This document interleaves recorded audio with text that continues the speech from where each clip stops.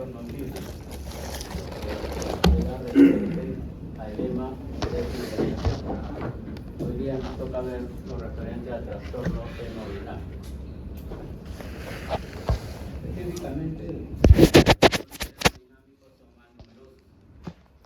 Tenemos que ver de lo que es hiperemias hasta hemorragias, arteriosclerosis, trombosis, que en cierta forma ya lo conocen, estas dos, arteriosclerosis y trombosis, luego embolias, infarto, que también conocen cómo se produce, y shock.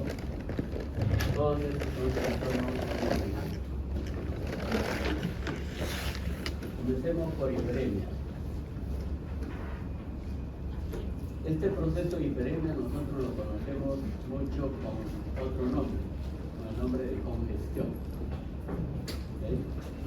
Pero definiendo hiperemia viene a ser el incremento del flujo sanguíneo en un órgano o en un lugar determinado dentro del organismo. La hiperemia es de dos tipos. Una que es considerada hiperemia activa, que está dado por el sistema arterial o por las arterias, y la otra es la hiperemia pasiva, que se presenta en los vasos venosos. ¿Okay? La hiperemia activa, por lo general, son mediados por mecanismos neurogénicos o también hormonales, ¿no? Que muchas veces logra ponernos sonrojados, ¿no? O como dice acá en la literatura, uno se ruboriza, o el clásico roche, ¿no? También se lo denomina de esa forma, ¿no? Entonces, otros le dicen, no, está asado, ¿okay? Con el mar rojo, ¿okay?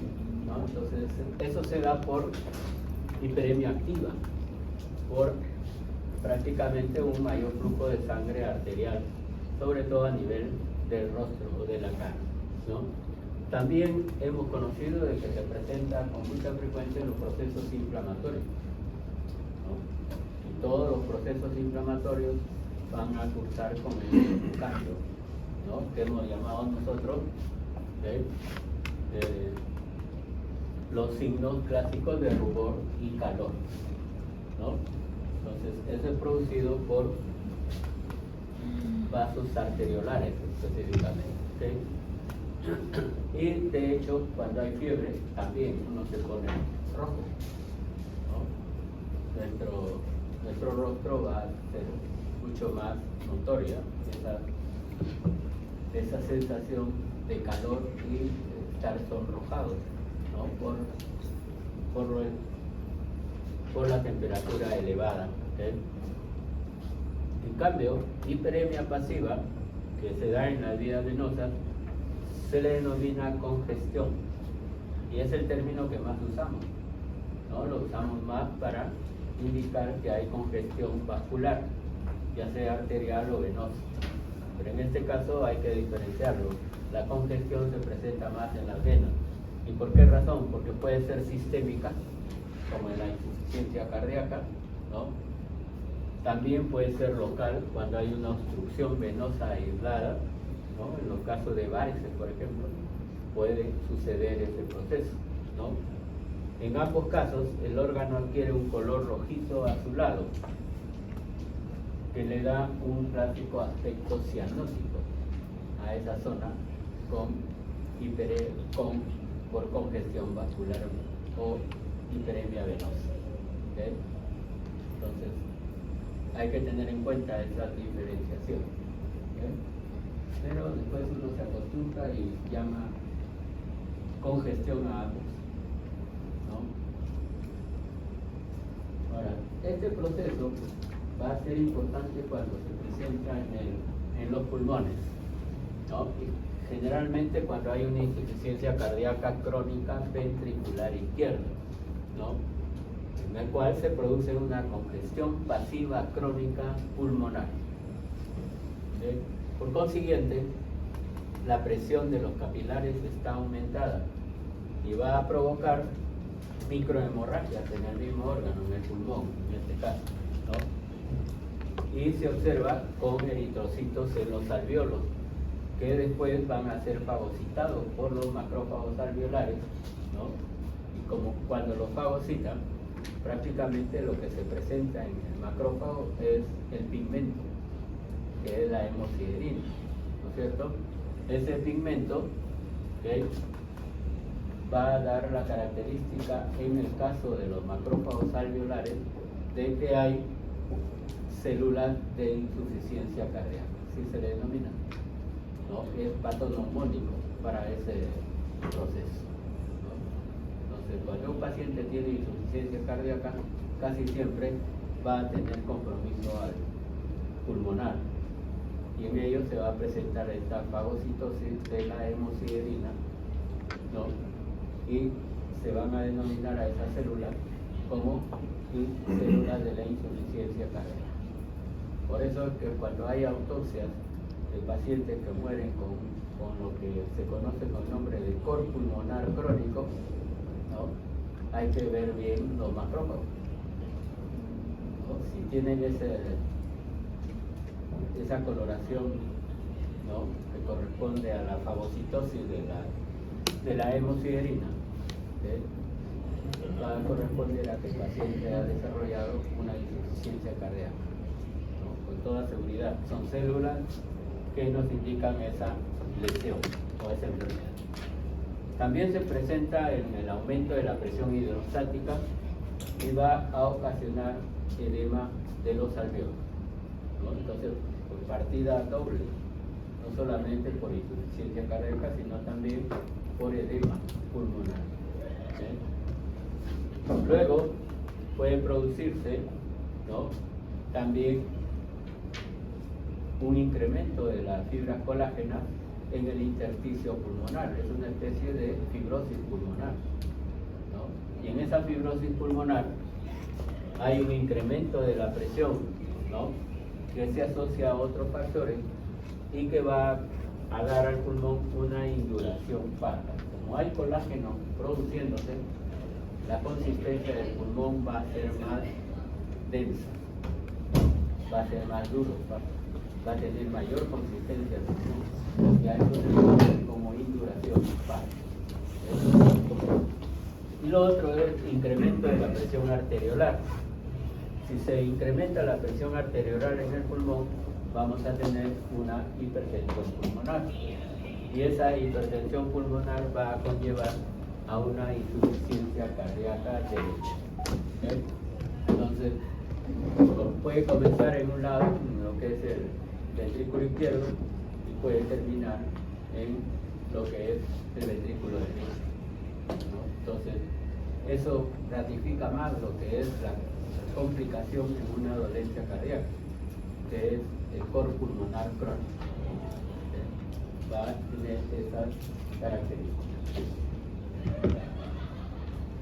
Pero el pulmón no es el único órgano que puede estar congestivo, ¿no?, o que tenga esta alteración, ¿no?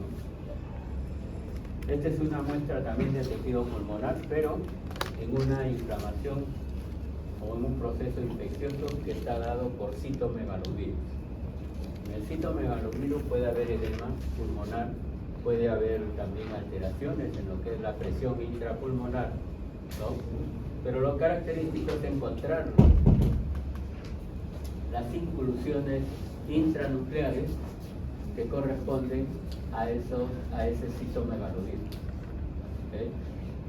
No vamos a poder observar directamente el virus, pero sí las inclusiones que da origen, ¿no? Son inclusiones que adoptan una coloración determinada, en este caso una coloración casi anaranjada, que se presenta en el interior del núcleo de los neumocitos, ¿okay?, o también de las células macrofágicas, ¿no? Entonces, eso es en el citomegalovirus. En el hígado también, ¿no? Recuerden que el hígado tiene las dos venas fundamentales, la vena cava inferior y la vena cava superior, que son los que nos ayudan al retorno venoso hacia los pulmones, ¿cierto? Porque el hígado también puede tener alteraciones venosas y puede cursar con una congestión hepática bastante notoria. En el hígado se le conoce como congestión pasiva crónica. Si ustedes recuerdan, el color normal del hígado es de un color, ¿no?, color rojo vinoso, ¿no es cierto? Pero acá ha perdido esa coloración. Acá ven una coloración parduzca, ¿no?, con áreas más claras, ¿sí? Entonces, eso es un indicio bastante notorio de lo que corresponde a la congestión pasiva crónica del hígado, ¿no? Como son zonas parduzcas intercaladas con zonas claras, adoptan el aspecto conocido corrientemente en el hígado como el hígado de nuez moscada. ¿Conocen la nuez? Cuando muelen la nuez, es un color pardo con área blanquecina, ¿no es cierto? Porque la nuez tiene en su interior área blanca. Entonces, por eso se le denomina así, adopta esa expresión. El clásico hígado en nuez moscada, que es idéntico a una congestión pasiva crónica del hígado. ¿Okay? Entonces, cuando esta congestión es duradera, también conduce al engrosamiento de las venas centrales y hay una fibrosis centrolobulía. Y en casos extremos de congestión por pericarditis constrictiva o estenosis tricuspidia, la fibrosis se generaliza, especialmente a nivel del corazón, ¿no? Y a eso se le conoce como cirrosis cardíaca. ¿Okay? Entonces, no solamente hay cirrosis hepática, también puede haber cirrosis hepática, cirrosis cardíaca, pero por otra causa. En este caso, como se señala, es por una congestión vascular bastante notoria. ¿Okay? Pero con la producción de fibrosis. La fibrosis puede afectar a todos nuestros órganos. Microscópicamente, vamos a ver nosotros de que las venas centrales van a estar dilatadas y por consiguiente la presión venosa se incrementa, ¿no? Hay algo de dilatación de estas presiones, de estas venas centrales, ¿no? Y recuerden que nosotros estudiamos el hígado en forma de vena, sobre todo para ver la circulación hepática. ¿Qué figuras geométricas utilizamos para ver la irrigación o la oxigenación del hígado? ¿Se acuerdan cuál era la figura geométrica?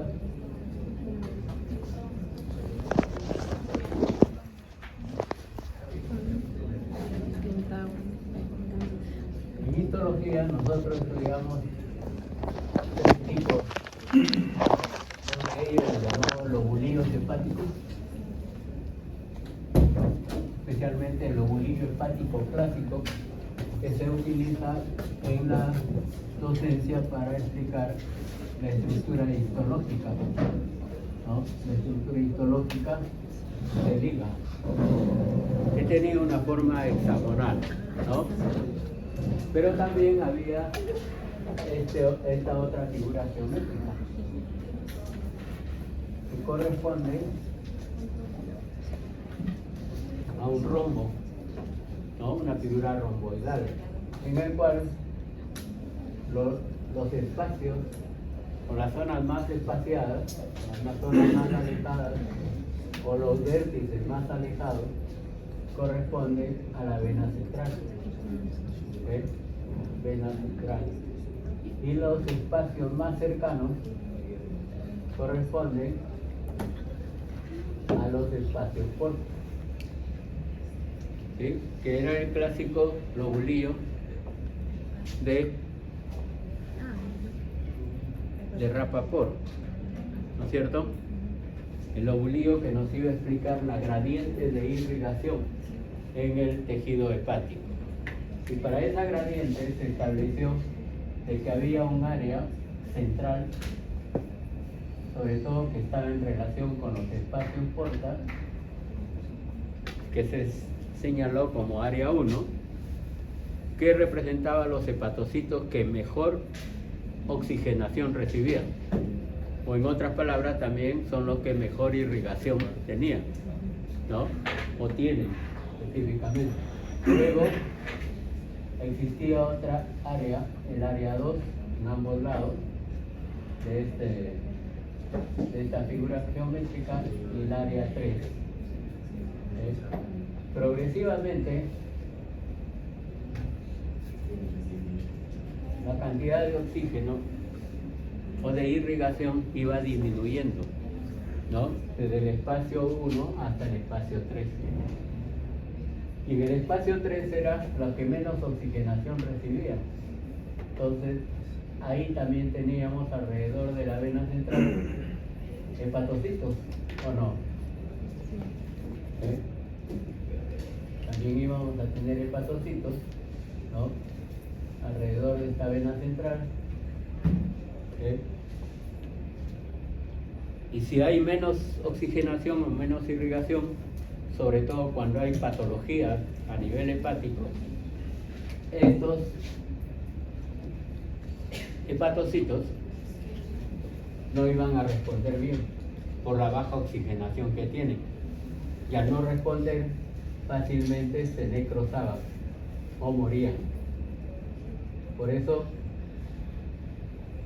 en muchos procesos de hepatitis, sobre todo las hepatitis virales, ¿no?, se encuentra en una biopsia hepática necrosis centrolobulía. Los hepatocitos que están alrededor de la vena central son los primeros que se mueren, ¿no?, por la menor oxigenación o irrigación que reciben, ¿no? Y eso es lo que explica esto que es el polígono o el rombo, que es el lobulillo de Rappaport, ¿cierto? Luego el lobulillo hepático clásico es el que utilizamos para ver la estructura histológica. Y el otro que es una forma de triángulo, ¿se acuerdan? Que era el lobulillo portal. El lobulillo portal, que es para la circulación de la bilis, o de la bilirrubina especialmente, ¿no?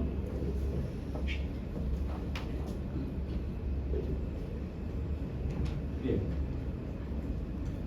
Las hemorragias van a tener sus dimensiones. Entonces vamos a tener hemorragias bastante pequeñas, que se van a conocer con el nombre de petequias, y se le da ese nombre porque son puntiformes, ¿no? Uno de repente se observa cualquier parte de su cuerpo y nota un punto rojizo, ¿no? Esa es una petequia. Algo ha provocado que un capilar pequeño se rompa, y por eso se traduce así, como un punto rojizo, ¿no? Porque se ha roto el capilar y da esa hemorragia bastante pequeña. Luego vamos a tener lo que corresponde a las púrpuras. Las púrpuras abarcan hasta 1 centímetro cuadrado de área, ¿no? Son hemorragias un poco más grandes. Y ustedes van a tener, ¿no?, en la parte clínica, que hay un cuadro que se conoce con el nombre de síndrome purpúrico, cuando el paciente presenta manchas moradas en la mayor parte de la extensión de su cuerpo, y se le conoce así como síndrome purpúrico. Y hay que ver por qué se presenta ese síndrome purpúrico. Por lo general es por trastornos de la coagulación, ¿no? Está asociado al trastorno de la coagulación y a las plaquetas. Y luego tiene un área más grande, ¿no?, que es lo que conocemos corrientemente como hematoma, pero que también recibe el nombre de equimosis o hematoma, cuando el área de hemorragia es mayor a 1 centímetro de superficie. Pero ¿cómo definimos hemorragia? Siempre hay que acordarse de la definición, ¿no? La hemorragia es una extravasación de la sangre por ruptura de los vasos sanguíneos. Es una cuestión bastante importante. Tiene que haber ruptura del vaso para que se produzca hemorragia, ¿no? Muchas veces nos preguntan, ¿qué es hemorragia? ¿No? Y por lo general contestamos, es una pérdida de sangre. Y le van a retrucar, le van a decir, entonces una guerra es una hemorragia, ¿o no? Porque hay pérdida de sangre, ¿no es cierto? Por todos los que mueren, más con mayor razón todavía, ¿no? Entonces, en este caso hay que tener bien claro de que la hemorragia se presenta porque hay ruptura del vaso. Eso es una condición, como se dice, importante o sine qua non para que sea llamada hemorragia. ¿Sí? Y la sangre, una vez que hay ruptura del vaso, se vierte al intersticio, ¿cierto? El intersticio es el tejido conectivo que está en todos nuestros órganos. Y si está muy cerca a la piel, se va a ver, se va a notar que ha habido hemorragia, dependiendo de la extensión o el tamaño de ella, ¿cierto? Entonces, según las dimensiones, son las denominaciones que hemos presentado. Y acá tienen los gráficos que corresponden, ¿no? Las petecias, por ejemplo, no es un solo punto rojo, puede ser varios. Entonces hay que tener también la precaución que se presente en esa cantidad. Hay que ver cómo están sus capilares sanguíneos y sobre todo sus niveles de plaquetas. Luego, la púrpura. Son zonas hemorrágicas un poco más grandes, ¿no? Incluso la definición hemos puesto que es de 1 centímetro por área, ¿no? Que se presentan en diferentes zonas del organismo. También hay que investigar por qué se presentan esas hemorragias. De repente ustedes se encuentran esas áreas rojizas y no han tenido ningún golpe, nada, ¿no? que les provoque esa alteración. Entonces hay que siempre estar atentos si es que sigue aumentando o no, para ver si hay relación con los factores de coagulación y las plaquetas. ¿Sí? Y la equimosis o hematoma, eso sí es más frecuente por traumatismo de cualquier índole. Un golpe bastante severo que se dé en cualquier parte de su cuerpo provoca esas equimosis o hematomas, ¿no? Definitivamente con el golpe, que es bastante notorio, lo que se va a romper son los vasos, por eso se forma el área morada. ¿Por qué se pondrá morado?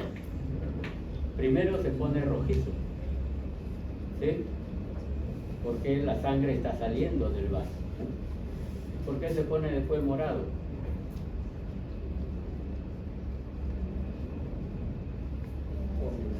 ¿Ah? Ahí también puede estar en relación con la hemoglobina, pero ¿por qué se va a poner morado? ¿Okay? ¿Qué va a pasar con los hematíes que salen del vaso? ¿Van a tener una adecuada cantidad de oxígeno? No, ¿no es cierto? Entonces el oxígeno va a faltar a esos hematíes. Como les falta oxígeno, se mueren, ¿no? Y por consiguiente esa zona se vuelve morada, ¿no? Los hematíes ya no están.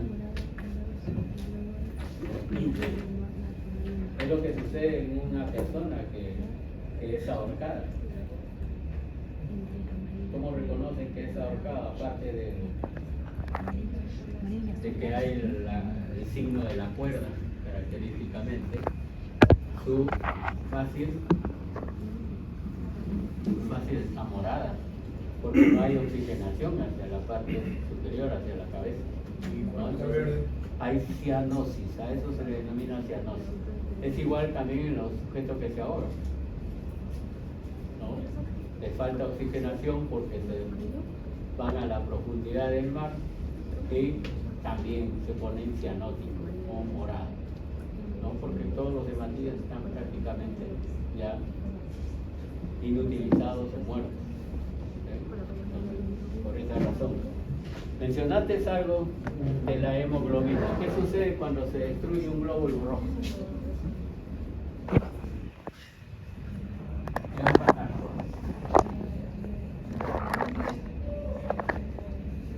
Supongamos que este glóbulo rojo se destruye. Entonces, el glóbulo rojo contiene hemoglobina, ¿cierto? Cuando se destruye es como si separáramos en dos sílabas esta palabra. Por un lado, se va a liberar el núcleo N y por otro, se libera lo que es la globina. ¿Sí o no? Entonces, la globina, no va a haber mayor problema, va a formar parte de las inmunoglobulinas de nuestro organismo. Mientras que el núcleo N va a dar origen a dos pigmentos.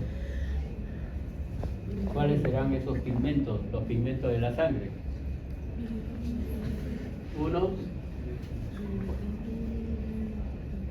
la hemosiderina, que es el pigmento férrico, ¿no es cierto? Porque sider, ¿qué significa?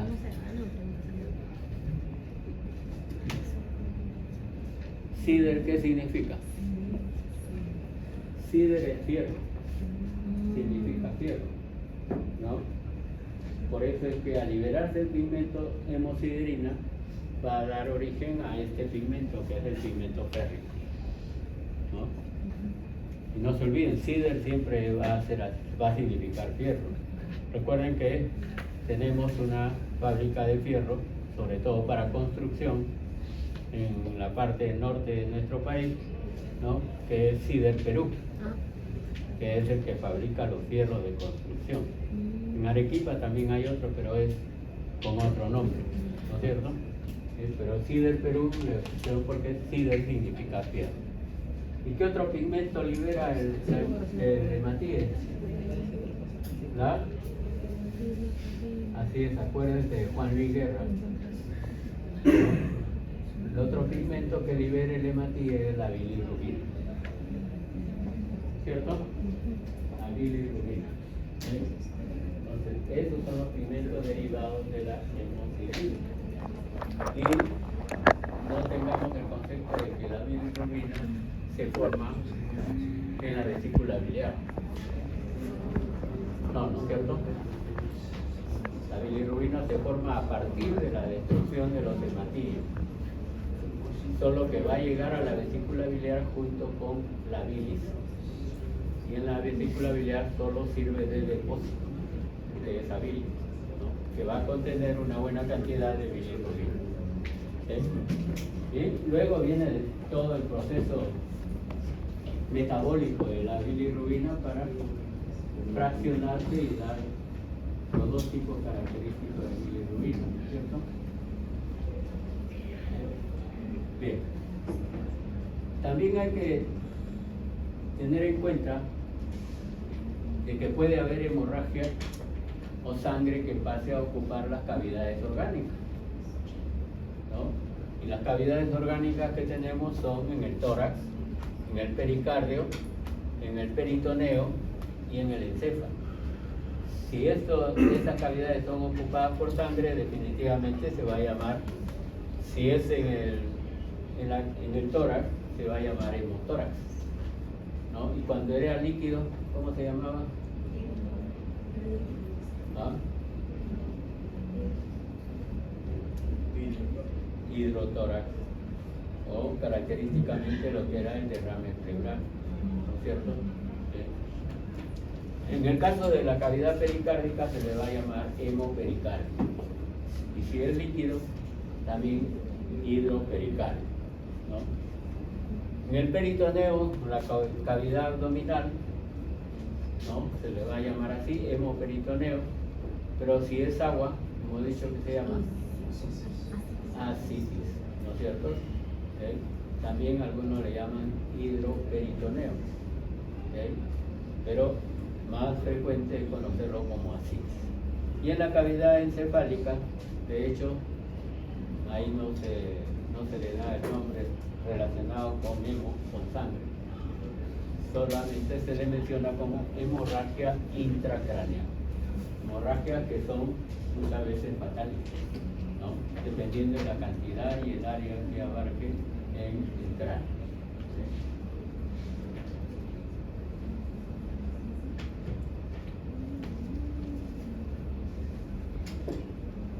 ¿Se acuerdan que habíamos mencionado que las pérdidas, sobre todo de líquidos y electrolitos, llevaban un determinado nombre de acuerdo a la cantidad que se perdía, sobre todo de líquidos, ¿no? Cuando era del 10% era una pérdida que no significaba mayormente riesgo y que se podía reponer esos líquidos simplemente bebiendo agua, ¿no?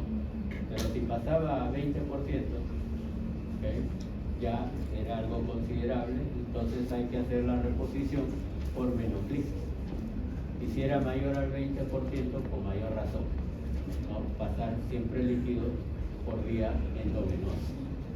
En cambio, en las hemorragias, las pérdidas del 10% o menos del total de sangre en un individuo sano son de reposición rápida y no significativa. ¿Por qué razón?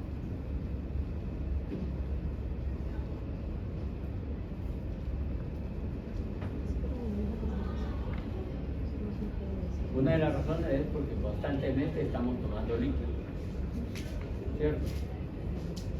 Y la otra es que si faltan hematíes, nuestra médula ósea se activa y produce una nueva cantidad de hematíes para no estar con hematíes disminuidos, ¿no? Entonces, hasta el 10% es considerable, ¿no?, de que no exista nada en el paciente. Se pueden reponer fácilmente, incluso sin necesidad de intervención médica. Pero cuando estas pérdidas sí son mayores a 25% del total de sangre, 25% ya es considerable, es la cuarta parte, ¿no es cierto? ¿Okay? Entonces, hay que ver si hay sangrados mínimos o sangrados frecuentes, porque el sangrado puede ser mínimo. Por ejemplo, cuando se inicia una úlcera en el estómago o en el duodeno, ¿no? Puede sangrar en cantidades mínimas. Entonces hay que investigar por qué es ese sangrado. Porque si uno no tiene en cuenta ello, ese sangrado puede aumentar progresivamente y sería mucho más difícil su manejo. ¿Okay? Entonces la reposición va a tener que ser ya dependiendo del nivel de hemoglobina que tengamos, ¿no? Si es 8 o menos de hemoglobina, transfusión. Definitivamente para recuperar rápido la cantidad de hemoglobina en nuestro organismo. Y si es mayor, como mejor todavía, ¿no? 2 o 3 bolsas de transfusión, para que se recupere en forma más rápida el paciente. Entonces hay que tener en cuenta las pérdidas sanguíneas, ¿no? ¿Por qué razón? Si uno no lo repone, si hay pérdida de sangre considerable, el paciente también puede entrar en un shock hipovolémico, en un shock por falta de volúmenes, en este caso de sangre. Igual sucedía en la pérdida de líquido, entraba en un shock hipovolémico, porque no había el adecuado volumen de agua en el organismo, ¿no? Entonces, por pérdida de agua o por pérdida de sangre podemos llegar a un estado de shock hipovolémico. ¿Okay?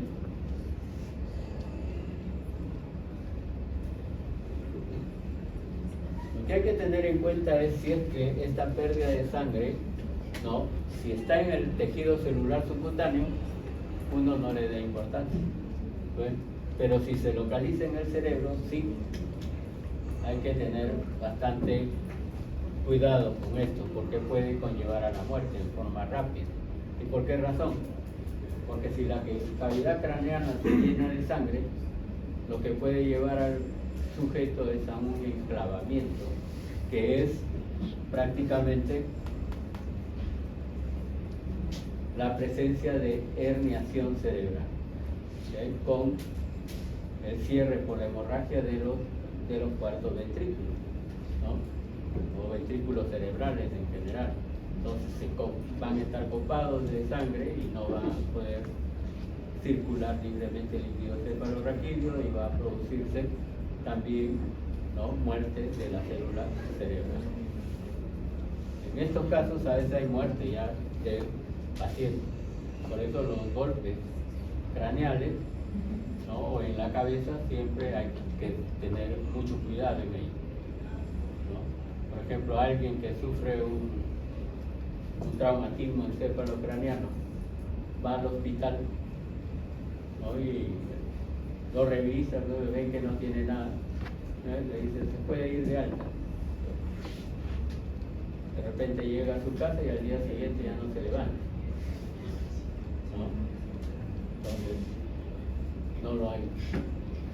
Hoy en día se considera de que si hay un golpe craneano de consideración, por lo menos el paciente tiene que estar 24 horas en observación para evitar esos casos de muerte súbita, ¿no? Siempre 24 horas de observación para estar pendiente de qué cambios puedan existir en esa persona, ¿okay?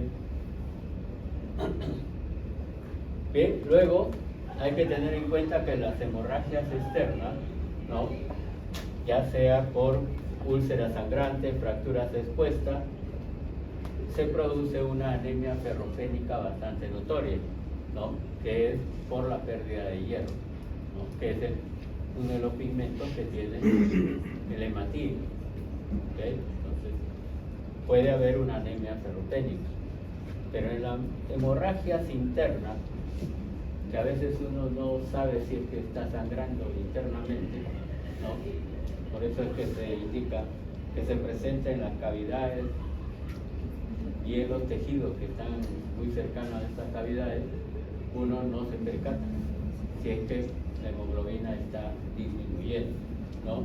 Entonces, en este caso puede ser grave, pero ¿qué sucede con la sangre que está, o los glóbulos rojos que se están destruyendo?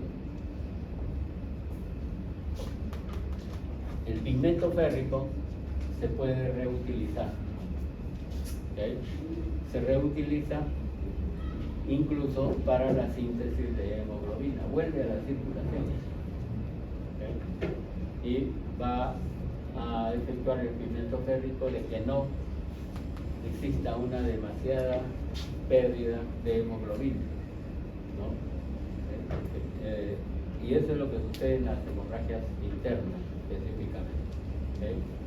Podemos perder una buena cantidad de sangre, pero el pigmento férrico se reutiliza, va a ser nuevamente llevado al torrente sanguíneo para que pueda reutilizarse con otros temas, ¿okay?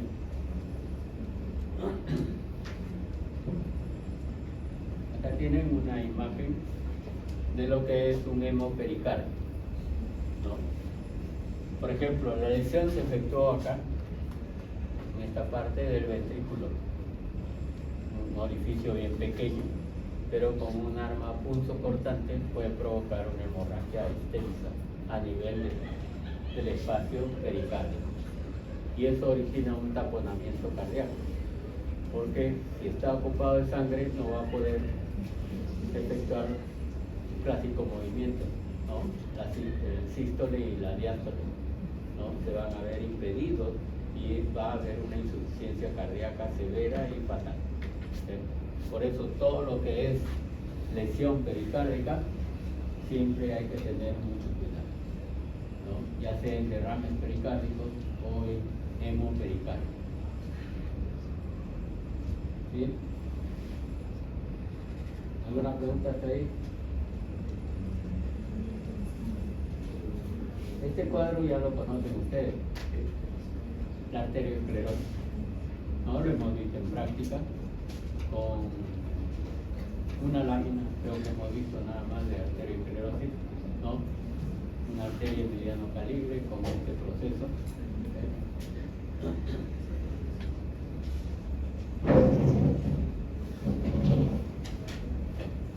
Bien.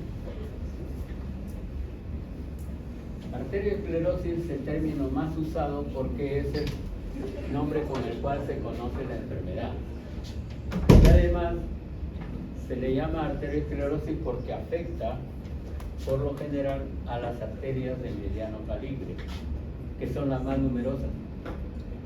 Y a veces las arterias de mediano calibre van a irrigar órganos muy importantes, ¿no es cierto? ¿Okay? Sobre todo la rama de la carótida. ¿Okay? Van a irrigar áreas bastante importantes de la región cefálica, ¿no? En el hígado también puede suceder lo mismo, en los pulmones de igual manera, ¿no? Entonces hay que tener en cuenta este nombre, porque cuando se afecta por el mismo proceso las arterias de mayor calibre, ahí se les va a llamar ateroesclerosis o arteriosclerosis. ¿Okay? ¿Por qué razón? Porque ahí son más notorias la presencia de las placas de ateroma. Y esas placas de ateroma provocan una esclerosis de la arteria. ¿Qué viene a ser la esclerosis? Porque las arterias comúnmente son de tipo elástico, ¿no? Entonces, cuando hay ese proceso, pierden su elasticidad, se vuelven más rígidas. ¿Okay? Entonces, por esa razón es que se le denomina a esto arteriosclerosis. ¿Okay? Porque las arterias van a perder su elasticidad. ¿Okay? Entonces, cuando alguien nos ofenda, sobre todo a mi edad, es un viejo arteriosclerosis. ¿No? Entonces, mis arterias sí están perdiendo elasticidad, ¿no? Por el proceso de arteriosclerosis. ¿Okay? ¿De acuerdo? Entonces, y en las arterias de menor calibre, que son las arteriolas, también el proceso se denomina de forma similar, arterioloesclerosis. ¿Okay? Tres formas, de acuerdo al diámetro o al calibre de las arterias. La enfermedad lleva este nombre, no se olviden, arteriosclerosis, porque son las arterias más numerosas y las que van a irrigar la mayor cantidad de órganos bastante susceptibles a cualquier variación de la irrigación. Recuerden que habíamos mencionado también en la práctica de que para que exista este proceso de arteriosclerosis o ateroesclerosis o arteriolesclerosis era necesario, ¿no?, como condición fundamental de que exista daño del endotelio. Eso es importante, porque si el endotelio está sano, no se produce esta alteración, porque no hay cómo entre a la capa íntima las grasas que están en la circulación. Entonces, por eso, para que se produzca esta alteración, es necesario de que exista daño endotelial. Siempre, lesión endotelial. ¿Okay? Entonces, pero en un inicio, nuestro organismo se va a ir defendiendo. Y los que nos defienden son los macrófagos, porque si ingresan al endotelio, en la sangre tenemos macrófagos. ¿Cuáles son los macrófagos de la sangre? ¿Se acuerdan? Los monocitos, ¿no es cierto? Los monocitos son los macrófagos de la sangre. Pero dependiendo del órgano donde vaya a irrigar, también hay otro macrófago, ¿cierto? Entonces, recuerden que en el cerebro vamos a tener la microglía, ¿no?, como macrófago. Si es en el hígado, la célula de Kupper, ¿no? Si es en la piel, las células de Langerhans, ¿no? Son los macrófagos de la piel. Si es en el hueso, los osteoclastos, ¿no? Entonces, si no tiene un monocito o un macrófago peculiar el órgano, los macrófagos de la sangre son los que van a intervenir. Y en este caso los macrófagos van a fagocitar lo que inicialmente llega, que son gotas de colesterol. Fagocita esas gotas de colesterol y los acumula en su citoplasma. Por eso estos histocitos adoptan la forma como células espumosas por la gran cantidad de vacuolas que hay en su interior, ¿no? Y se le denomina así, histocitos espumosos. Pero como nuestro régimen dietético no es exclusivo, ¿no? Sobre todo si estamos jóvenes o adultos jóvenes, comemos de todo, ¿no? Y si hay donde ir a divertirse, con mayor razón, ¿no? No nos perdemos parrilladas, chicharronadas, ¿no? Si hay licor, con mayor razón, ¿no? Entonces eso es prácticamente salirnos de la dieta, ¿no? ¿Y qué va a pasar con ello si no tenemos un control activo? Si nuestras arterias están lesionadas en su endotelio, las grasas que ingerimos se van a ir acumulando en mayor cantidad en la íntima de los vasos. ¿Okay? Entonces, ¿cuándo nos vamos a dar cuenta? Cuando llegamos por lo menos a los 35 o 40 años, ¿no? A esa edad comenzamos a sentir molestias, sobre todo a nivel cerebral, cefaleas, dolores de cabeza, que uno no sabe ni cómo controlarlo, al menos que estudiamos medicina así, ¿no? Pero el que no conoce para nada lo que es medicina, va necesariamente a su médico, ¿no? Al médico de cabecera, como me lo denomina. Lo primero que va a hacer el médico al escucharle su relato de qué molestia siente, le va a pedir o le va a medir la presión arterial de inicio. Y es muy probable que esa presión arterial esté alta, ¿no? Porque cuando la presión arterial está alta, las cefaleas son frecuentes. Siempre.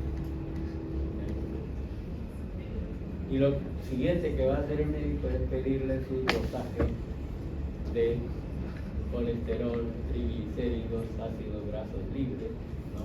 Entonces, toda la batería para determinar grasas. Entonces, al paciente le va a decir regrese dentro de 3 días, 4 días, o cuando tenga usted resultado, venga. Lo más probable es que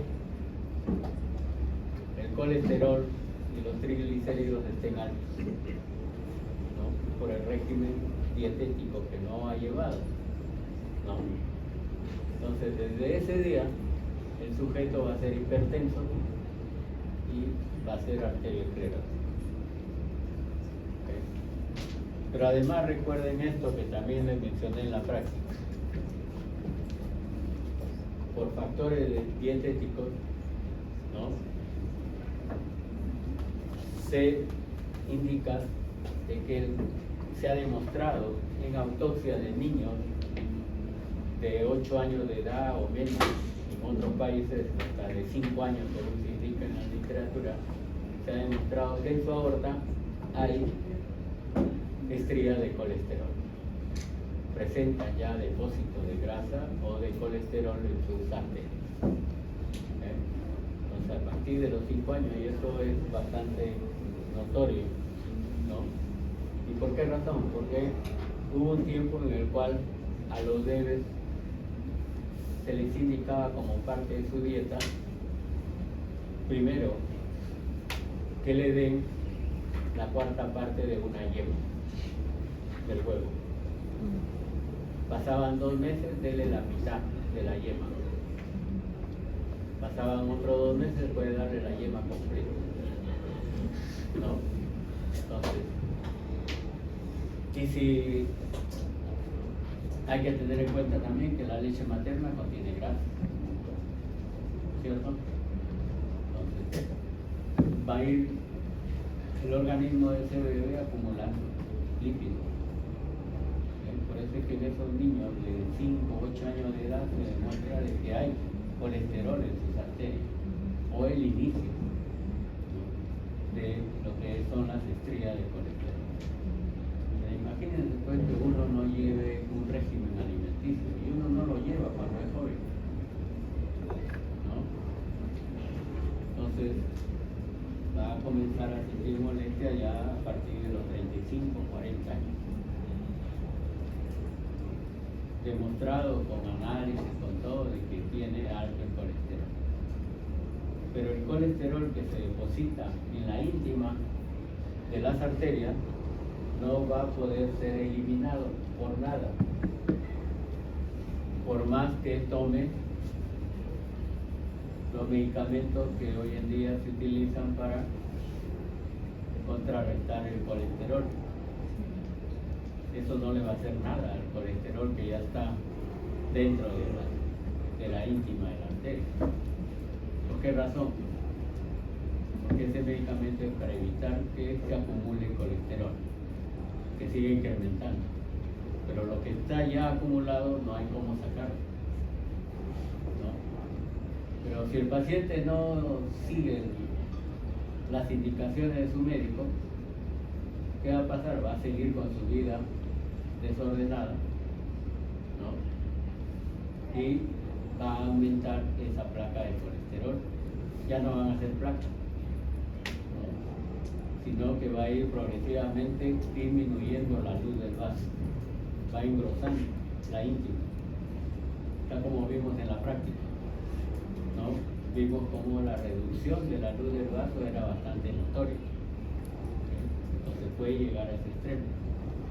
Y en las arterias de menor calibre puede concluirse totalmente, que es lo que sucede en los diabéticos. El diabético tiene como complicación también, ¿no?, el aumento de colesterol, ¿o no? Porque inicialmente el paciente diabético es gordito, después baja de peso en forma bastante notoria, pero el colesterol se ha estado acumulando en sus arterias. Y recordemos que los hidratos de carbono también se convierten en lípidos o triglicéridos por proceso bioquímico de su descomposición o su metabolismo. Entonces eso contribuye más a tener un mayor nivel de grasas en nuestro organismo. ¿Okay? ¿De acuerdo? Entonces esto va a ir progresando y se forman las placas de ateromas. Debido a la formación de esas placas de ateromas, de ahí recibe el nombre de ateroesclerosis, ¿okay?, que van a dar una superficie irregular a la parte interna de las arterias, ¿no? Recuerden, ustedes han visto en sus cadáveres, cuando han abierto la arteria aorta, si el paciente o el cadáver no tiene este problema de ateroesclerosis, la capa interna es totalmente lisa y de un color uniforme, ¿no? Pero si les toca un cadáver de un sujeto que tiene o ha tenido arteriosclerosis, lo que van a ver son las placas de ateroma, ¿no? Y muchas veces esas placas de ateroma se calcifican porque el calcio también se deposita en las arterias, ¿no? Ustedes muchas veces en forma accidental tratan de doblar la aorta y va a sonar como si estuviese quebrándose algo, ¿no? Y es la placa de colesterol la que se parte, ¿sí? Pero da esa rigidez bastante notoria en lo que es las arterias, ¿sí? Y cada vez que se va reduciendo la luz va a ser más importante el incremento de la presión arterial. Porque si se reduce la luz, ¿no?, el organismo trata de dar siempre la misma cantidad de riego sanguíneo que antes daba. Y para que llegue esa misma cantidad de sangre, necesariamente tiene que aumentar la presión.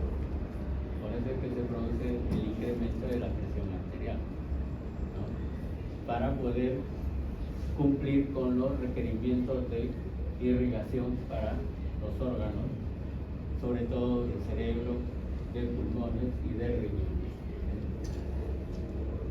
Si se ocluye toda la arteria, toda la luz, definitivamente vamos a tener cuadros de isquemia. ¿Okay? Y si hay isquemia, si es a nivel del corazón, vamos a tener los clásicos infartos de miocardio. Infarto de miocardio que hemos visto, sobre todo el infarto agudo, ¿no?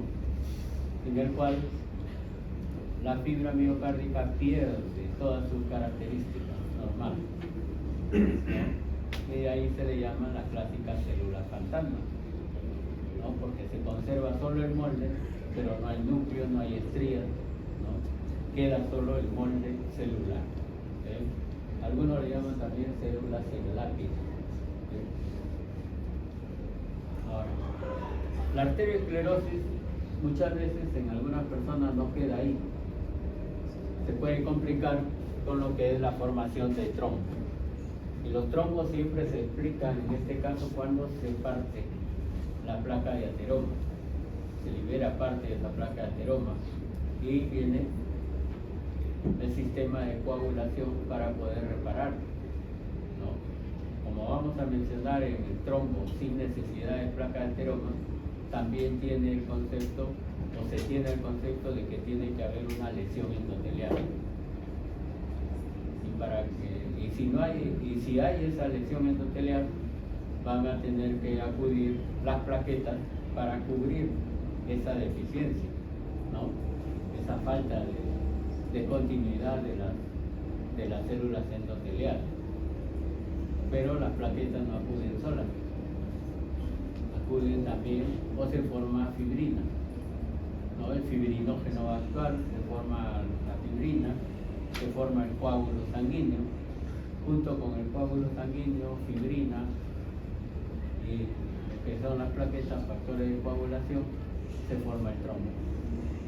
Y el trombo puede estar sobre una placa de ateroma también. Puede estar solo o sobre una placa de ateroma. ¿Okay? No les mostré, creo, tenía una lámina, ahora la tengo, a ver si es posible presentar, ahora tenemos práctica, ¿no?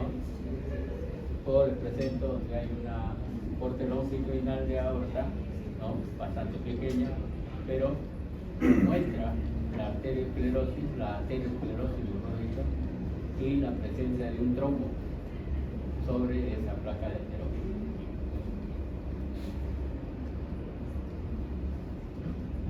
Ya tienen el esquema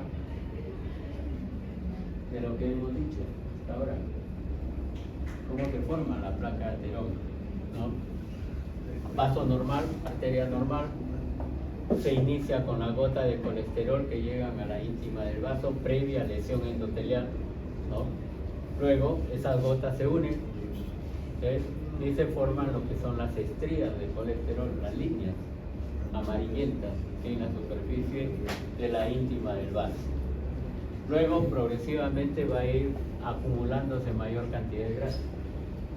Entonces se forman las clásicas placas de ateroma. Esas placas de ateroma pueden ir aumentando, ¿no? Y dando reducción de la luz de la pared arterial hasta que puede llegar a una oclusión total y va a ocasionar lo que es necrosis coagulativa o infarto, si es que es en el corazón, ¿cierto? Entonces, esa es la evolución. Pero en todo eso tiene que pasar varios años, no es de inmediato. ¿Okay? Solo que nos damos cuenta cuando tenemos ya alguna molestia. ¿Okay? Y si nos demuestran de que tenemos colesterol, recién ahí vamos a tener cuidado en no ingerir más grasas. Y acá tienen En el lado derecho es el esquema característico de Nettere, en el cual explica cómo las gotas de grasa ingresan a la íntima, ¿no? Y los fagocitos van a comerse esa grasa, ¿no? Que son las clásicas células espumosas. Luego se forma una estructura similar a la placa de ateroma, ¿no? Y este es el resultado final.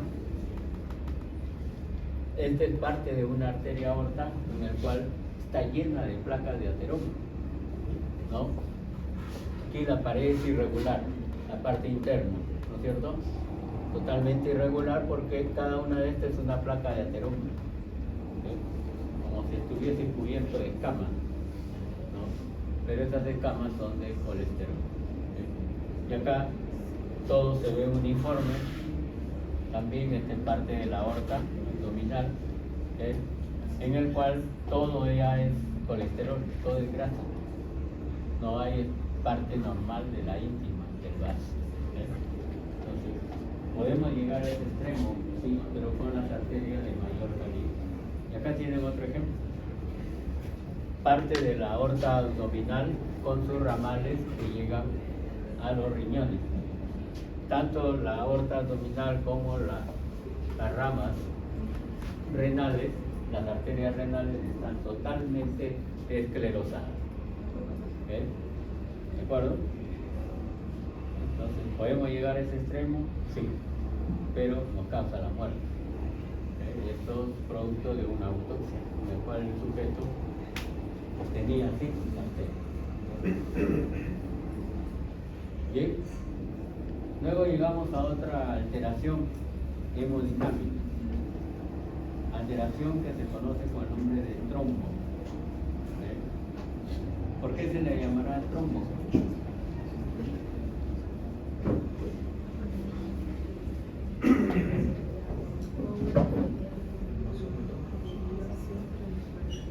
En realidad se le llamó así porque antes se creía en la existencia de una célula que era la célula trombocítica, que iba a dar origen a este trombo.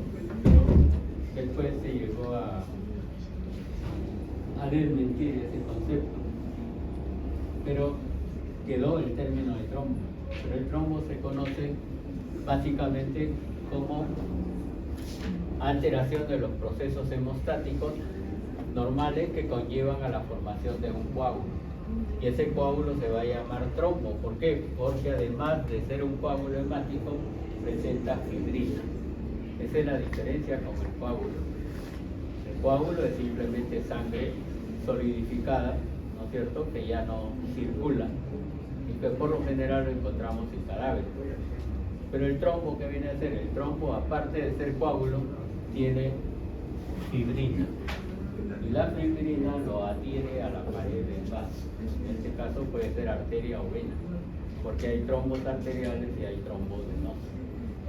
Entonces, el trombo siempre está adherido a la pared del vaso. Por eso es que cuando uno hace una autopsia, a veces el prosector, que es el que dirige la autopsia, si tiene alumno le va a decir, a ver, ¿cómo diferencia usted un trombo de un coágulo? ¿Sí? ¿Qué tiene que hacer? Le va a preguntar. Entonces, por lo general siempre uno tiene que, para ver si es trombo, tiene que hacer un corte, ¿no?, transversal de la arteria o de la vena. Y proceder a hacer con una pinza, tratar de sacar. Si sale libremente, es un coágulo. Pero si hay resistencia para sacar ese coágulo, ¿no?, y haciendo más fuerza, sale solo una parte, ese es un trombo, porque el resto se queda adherido a la pared del trombo, ¿no? Esa es una forma de diferenciar y se hace en el procedimiento de las autopsias. ¿Okay? Siempre. ¿Okay? ¿Por qué razón? Porque en muchas autopsias el diagnóstico es trombosis pulmonar, trombosis cerebral, o trombosis de la aorta, ¿no? En cualquiera, dependiendo de la extensión o de las ramas aórticas. Entonces uno tiene que llegar a esa área y ver, ¿no? Hacer ese corte y tratar de demostrar que se trata de un trombo. ¿Okay? Entonces, no se olviden. ¿Okay? Siempre el coágulo se libera fácilmente. Ustedes con la pinza sacan el coágulo y queda la pared limpia del vaso. Pero en el caso del trombo no, hay resistencia para sacar ese coágulo. Y la razón es porque el trombo siempre está adherido a la pared del vaso por la fibrina. ¿Okay? Y lo adhiere fuertemente, que a veces el trombo no sale completo, se queda la pared, parte del trombo en el vaso. ¿Okay? En la formación del trombo debe cumplirse la clásica tríada de Virchow. Virchow es considerado el padre de la patología, no solamente por este proceso de la tríada de Virchow, sino también por otras indicaciones o enseñanzas que dio, ¿no? Lo que es prácticamente la resolución de muchas enfermedades, ¿no? O el conocimiento de muchas enfermedades. En el caso del trombo, la tríada de Virchow considera como el principal elemento la lesión del endotelio.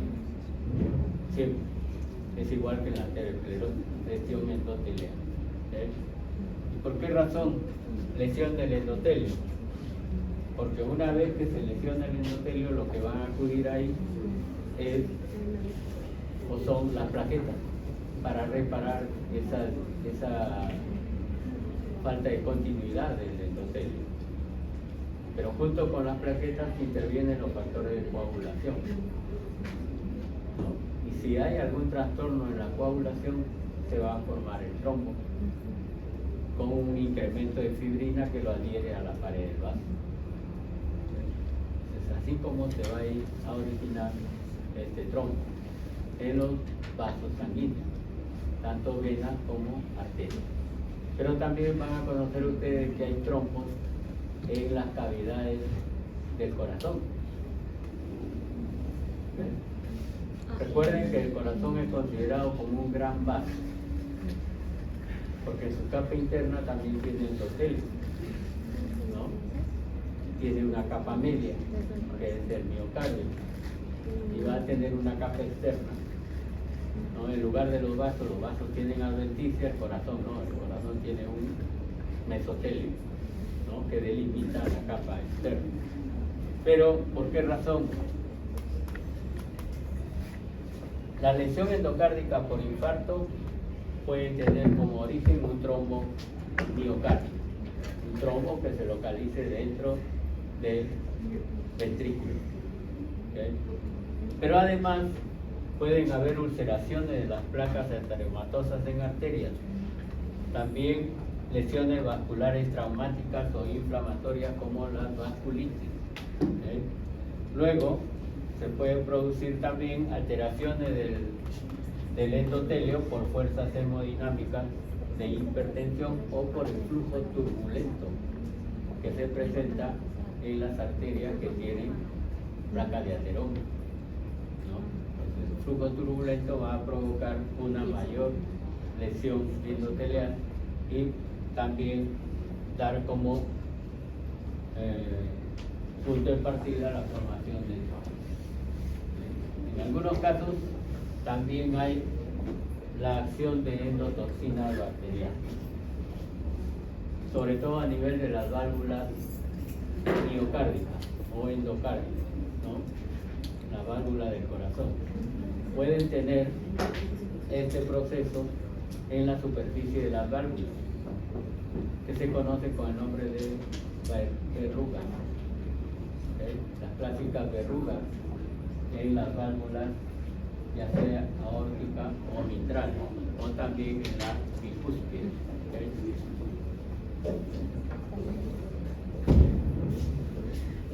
La segunda condición de Virchow es la turbulencia del flujo sanguíneo.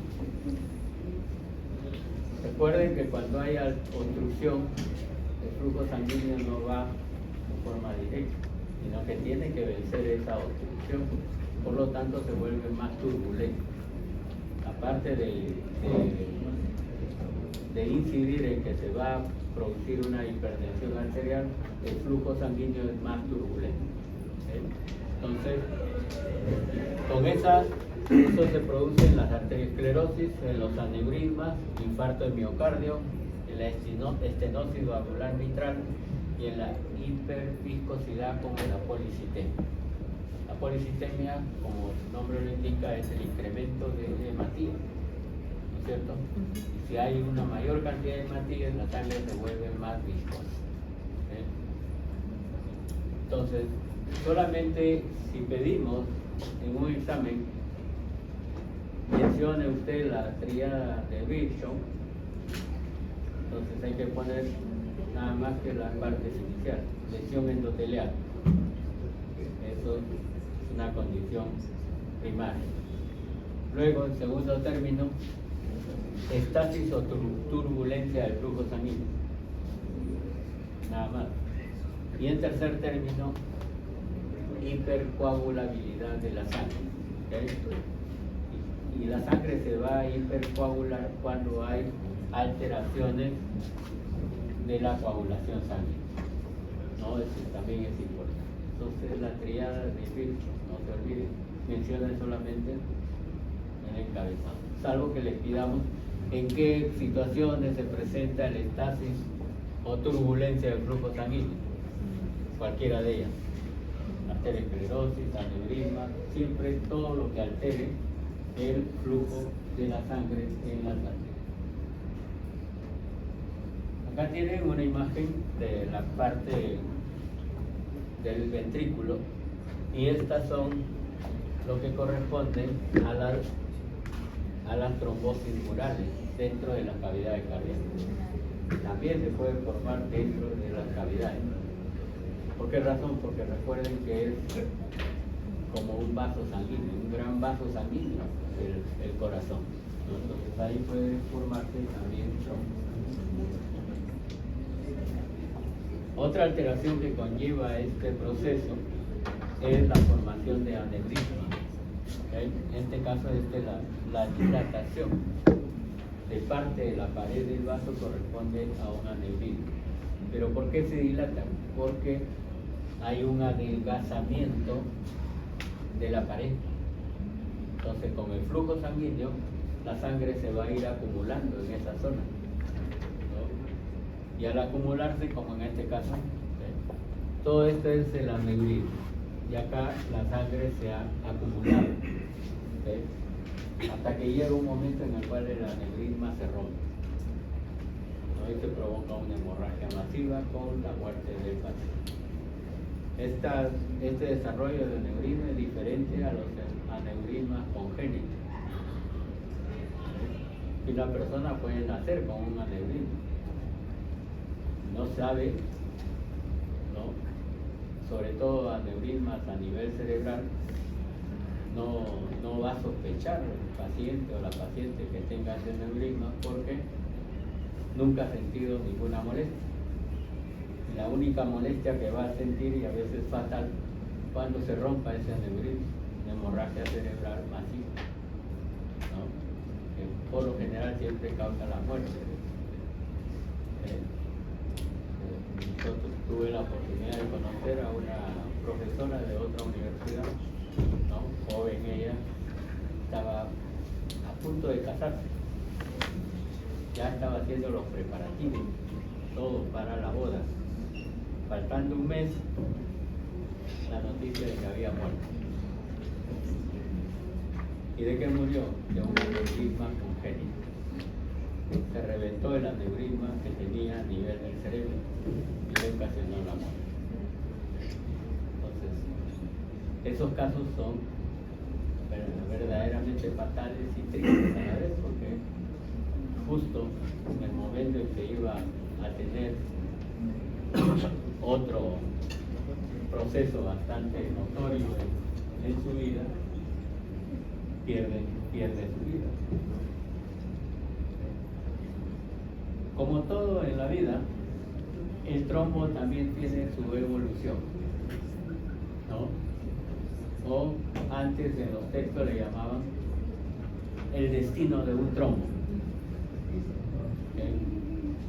Por eso le digo, como todo en la vida, todos tienen un destino, el trombo también, ¿no? En este caso, evolución del trombo.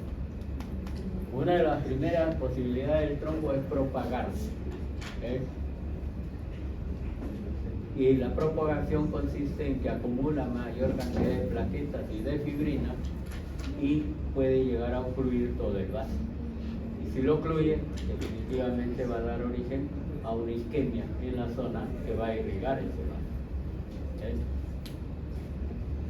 El trombo también se puede embolizar, puede dar origen a émbolos.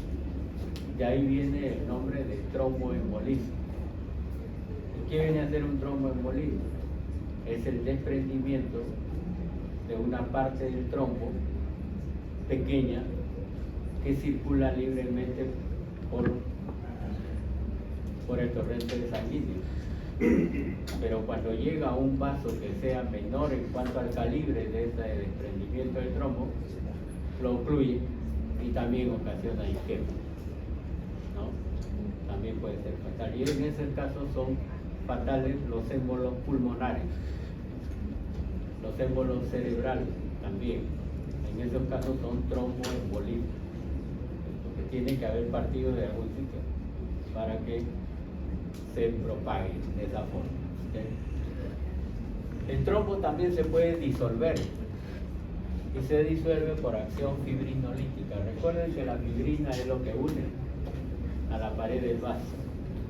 Entonces, en nuestro organismo a veces se indica de que nuestro organismo está muchas veces destruyendo trombos, ¿no? ¿Por qué razón? Porque realiza esa acción fibrinolítica. Evita que la fibrina adhiera al trombo a la pared del vaso. ¿Sí? Antes se decía de que había una proteína que ayudaba a la destrucción del trombo. Y esa proteína se le llamó, en ese entonces, se le llamó trombolicina.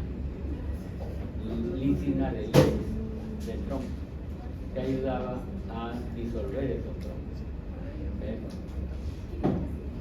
Pero así como surgió esa teoría, también surgió otra, que era la del origen del trombo. Y se indica de que había otra proteína que ayudaba a la formación del trombo. Y se le denominó la trombomodulina. ¿No? Trombomodulina, que es la que prácticamente moldeaba la formación del trombo, ¿no? Pero hoy en día no está ya utilizándose mucho esas teorías. ¿Okay? El trombo también se puede organizar y se puede recanalizar. ¿Okay? Muchas veces cuando se organiza, el trombo puede llegar a ubicarse a un extremo del vaso y se puede quedar ahí, en ese extremo, ya no aumentar, ni surgir, ni dar mayor problema. Pero también puede recanalizarse. ¿En qué consiste la recanalización del trombo? Cuando hay una arteria o vena que tenga un trombo en toda la luz o concluya toda la luz, ¿no? Se pueden formar nuevos vasos en el interior del trombo, ¿no? Es decir, una nueva vascularización, o como se conoce, neovascularización del trombo, ¿okay? Para poder restablecer la circulación. Pero como son vasos más pequeños, ¿no? Esos neovasos no se da abasto para suplir toda la cantidad de irrigación que debe recibir el órgano del cual depende esa arteria o la vena también. ¿Sí? Doctor, dijo recanalización es nuevos vasos de Formación de nuevos vasos en el interior del trombo.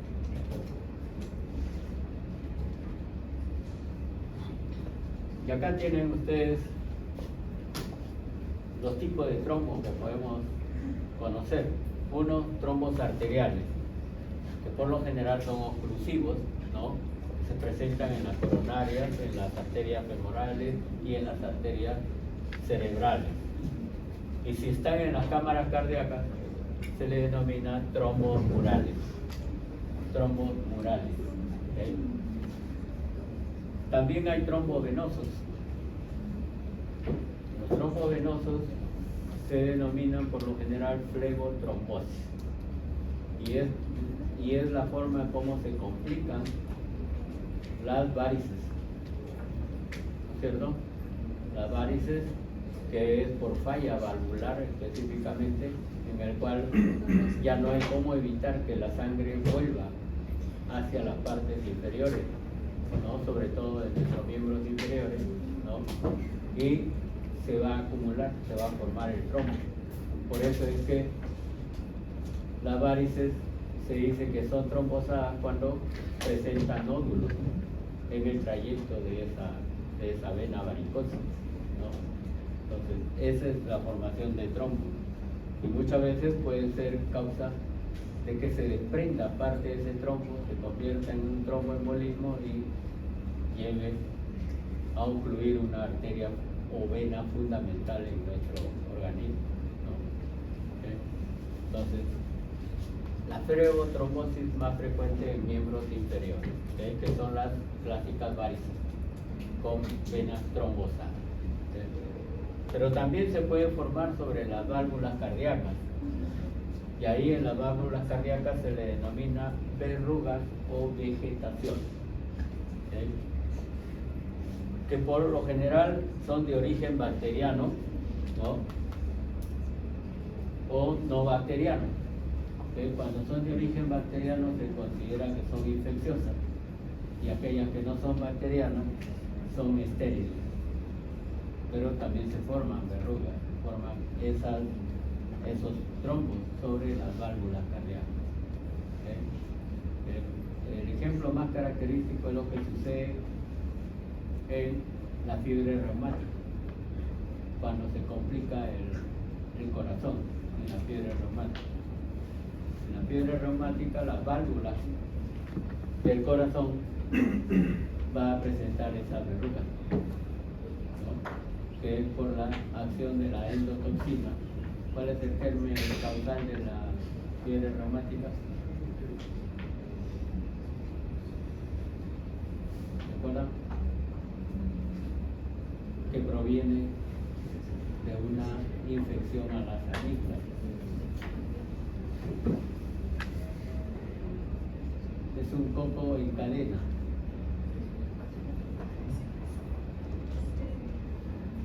El estreptococo beta hemolítico de grupo A.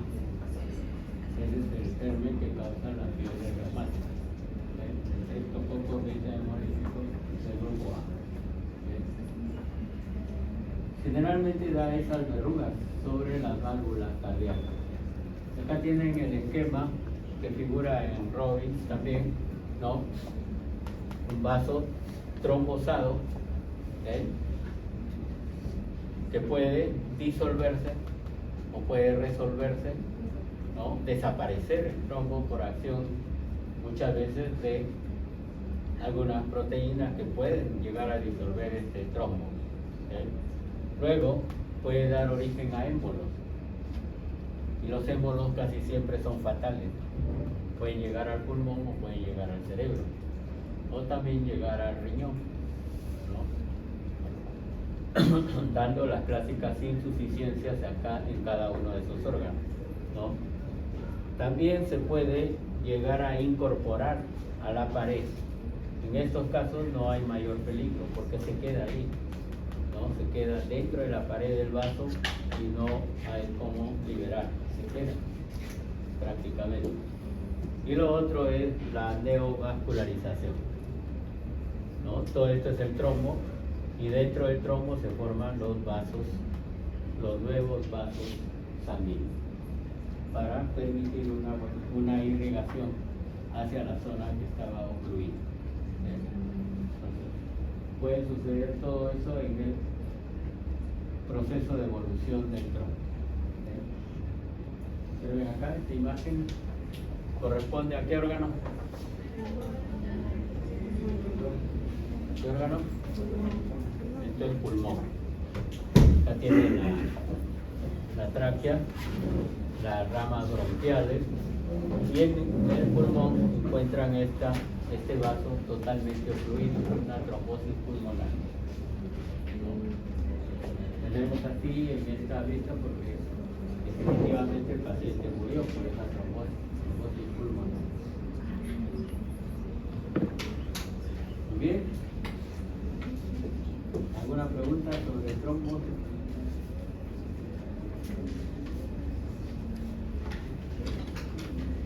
¿Un break?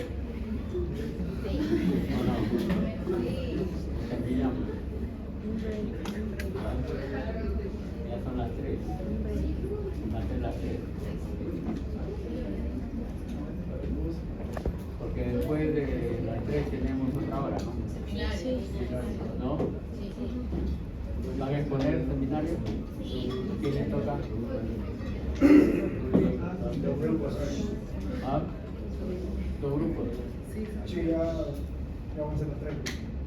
Ya, conforme. Bien, tomemos un break entonces para que se preparen con el seminario. ¿De acuerdo? ¿Cuántos minutos? 3:20. Bien.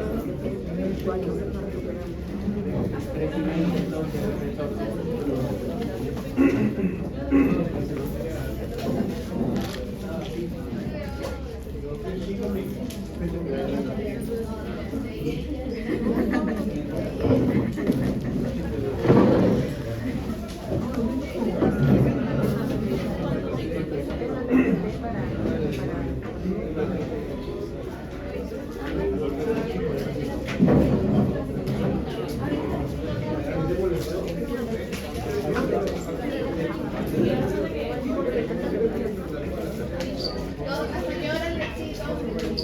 ¿Hasta qué hora? Ya. ¿Hasta qué hora? 3:20.